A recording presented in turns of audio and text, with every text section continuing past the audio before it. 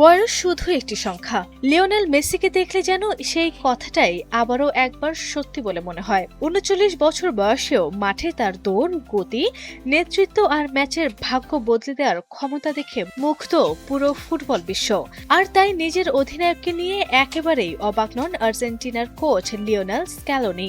বরং তার দাবি, মেসি যতদিন খেলতে চাইবে ততদিন বিশ্বের সেরা ফুটবলার হয়েই থাকবেন। বাংলাদেশ সময় রোববার ১২ জুলাই সকাল ৭টায় সুইজারল্যান্ডের বিপক্ষে বিশ্বকাপের কোয়ার্টার ফাইনালের আগে সংবাদ সম্মেলনে মেসিকে নিয়ে উচ্ছ্বাসিত প্রশংসা করেন স্ক্যালোনি। চলতি বিশ্বকাপে এখনও পর্যন্ত ৮ গোল করে ফ্রান্সের কিলিয়ান এমবাপ্পের সঙ্গে যৌথভাবে সর্বোচ্চ গোলদাতার তালিকায় রয়েছেন আর্জেন্টিনার এই অধিনায়ক। শেষ ষোলোতে মিশরের বিপক্ষে ৩-২ গোলের অবিশ্বাস্য জয়ে আবারও নায়ক ছিলেন তিনি।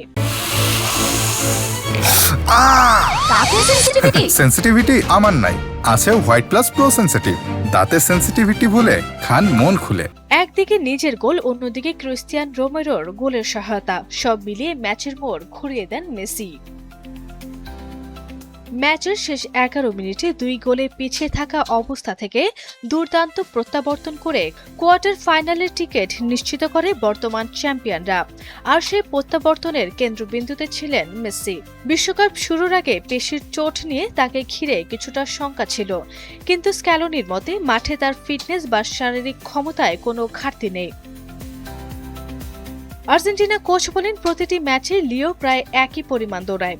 ফিটনেস কোচের সঙ্গে সে বিশেষভাবে কাজ করছে এবং তার সুফলও পাচ্ছে। সবচেয়ে বড় বিষয় হলো সে প্রতিটি ম্যাচে নিজেকে শতভাগ উজাড় করে দেয়। এরপরে মেসিকে নিয়ে দেন সবচেয়ে আলোচিত মন্তব্য।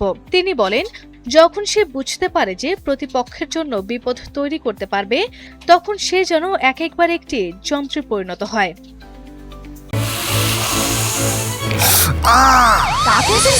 সেন্সিটিভিটি আমার নাই, আছে হোয়াইট প্লাস প্রো সেন্সিটিভ। দাঁতের সেন্সিটিভিটি ভুলে খান মন খুলে।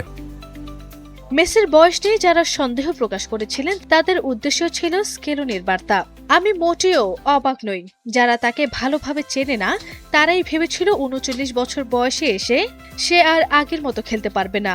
কিন্তু আমি বহুবার বলেছি, যতদিন সে নিজে চাইবে ততদিন বিশ্বের সেরা খেলোয়াড় থাকবে।